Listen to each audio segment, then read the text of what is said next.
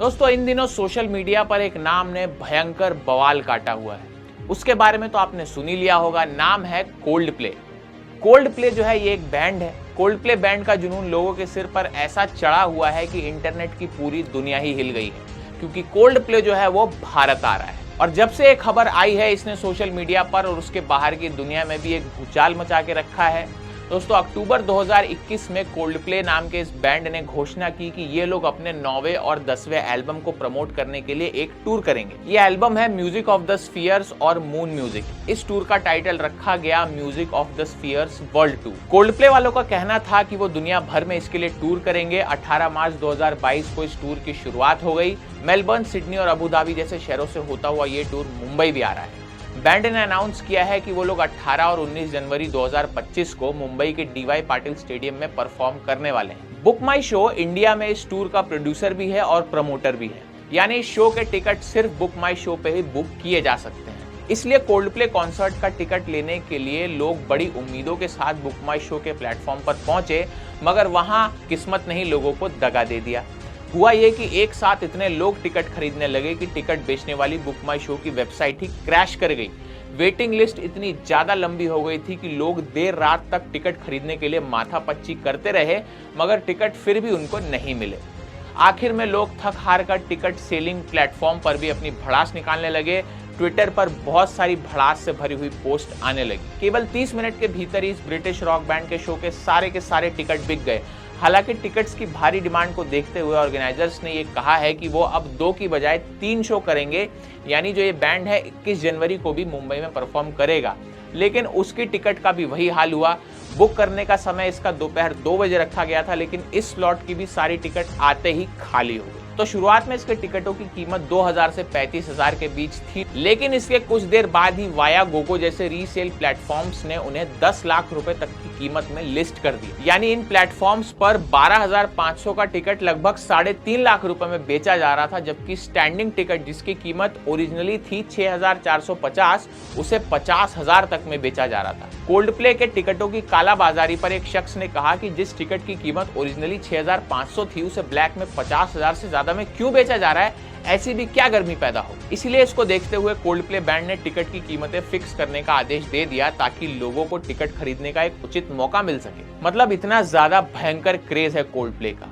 लेकिन ऐसा क्रेज क्यों है वो समझने के लिए आइए कोल्ड प्ले से जुड़ी हुई कुछ बातें बता देता हूँ। कोल्ड प्ले जो है एक British pop rock music band है। इसमें 4 मेंबर हैं। क्रिस मार्टिन जो सिंगर और गिटारिस्ट हैं और पियानो भी बजाते हैं, जॉनी बकलैंड जो गिटारिस्ट हैं, गाय बैरीमैन जो बेस गिटारिस्ट हैं और विल चैंपियन जो ड्रमर हैं। फिल हार्वी जो इनके मैनेजर हैं वो इस ग्रुप के 5वें और इनविजिबल मेंबर भी कहे जाते हैं। दोस्तों इस बैंड की शुरुआत कुछ इस तरह से हुई कि क्रिस और जॉनी दोनों यूनिवर्सिटी कॉलेज ऑफ लंदन में मिले। साल था 1996। कॉलेज का पहला ही हफ्ता था। दोनों का पैशन एक जैसा ही था, यानी कि म्यूजिक। क्रिस और जॉनी पहले बिग फैट नॉइजेज और पैक्टोरैल्स नाम से परफॉर्म किया करते थे। 1997 में वो गाय बैरीमैन से उनकी मुलाकात हुई। इसके बाद उन्होंने बैंड का नाम रख दिया स्टारफिश। इसके बाद काफी दिनों तक ये बैंड इसी नाम से कॉन्सर्ट्स में परफॉर्म करता रहा, लेकिन 1999 में स्टारफिश जो है वो बन गया कोल्ड प्ले। और द साइंटिस्ट गाने के वीडियो के लिए बैंड के लीड सिंगर क्रिस मार्टिन ने गाने को उल्टा गाने की भी प्रैक्टिस की थी। इसके बाद कोल्ड प्ले ने अपना सबसे पहला स्टूडियो एल्बम सन 2000 में निकाला, जिसका नाम था पैराशूट्स। इसके बाद अमेरिकन रॉक गिटारिस्ट जोई सैट्रियानी ने कोल्ड प्ले बैंड में 2008 में केस कर दिया था, क्योंकि बैंड ने अपने गाने वीवा ला वीडा के लिए उनके गाने इफ आई कुड फ्लाई से चुराए थे कुछ लिरिक्स। इसके बाद कोल्ड प्ले के हिट होने की बारी आई। इनका पहला गाना हिट हुआ जिसका नाम था शिवर। इसके रिलीज होने के बाद ये हिट लिस्ट में 35वें नंबर पे आ गया था पूरी दुनिया में। कोल्ड प्ले के कुछ पॉपुलर गाने हैं जो ये वाले हैं: fix you, clocks the scientist, paradise, a sky full of stars. ये हैं कोल्ड प्ले के कुछ बेहतरीन सुपरहिट गाने। इसके अलावा रॉक बैंड कोल्ड प्ले का एक वीडियो जो था हिम फॉर द वीकेंड, वो साल 2016 में रिलीज किया गया था। इस वीडियो में सोनम कपूर के होने की बहुत चर्चा हुई थी। हालांकि इसमें सोनम कपूर का अपीयरेंस जो है कुछ सेकंड का ही था, लेकिन अमेरिकन सिंगर जो है वो बियॉन्से, वो इस वीडियो में जरूर काफी देर तक दिखाई दी थी। इस वीडियो को दुनिया भर में जमकर देखा गया था। कोल्ड प्ले के इस वीडियो को भारत में विविधता के विभिन्न रंग दिखाने के लिए शूट किया गया था। इसकी शुरुआत बनारस के एक मंदिर में हो रही आरती से होती है। इसके बाद वीडियो में भारतवासियों के रहन सहन, ऐतिहासिक इमारतें, होली का त्योहार और बायोस्कोप को भी बहुत अच्छे से दिखाया गया था।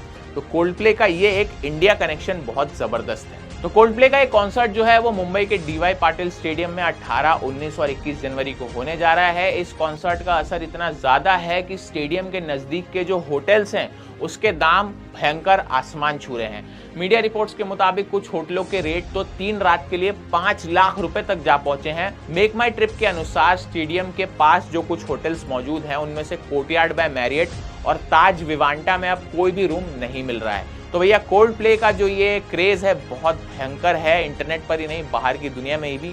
तो क्या आपको मिले हैं कोल्ड प्ले के टिकट्स इतनी मारामारी के बावजूद? अगर मिले हैं तो भैया कमेंट्स में बता दीजिएगा कि टिकट हासिल करने का तरीका क्या है, ताकि हमारे विस्तार न्यूज़ और विस्तार डिजिटल की ऑडियंस में भी अगर कोई फैंस हो कोल्ड प्ले के तो उनको भी टिकट मिल जाए। और अगर आपको नहीं मिली है तो क्यों नहीं मिली, ये किस्सा भी जरूर शेयर कीजिएगा कमेंट्स में।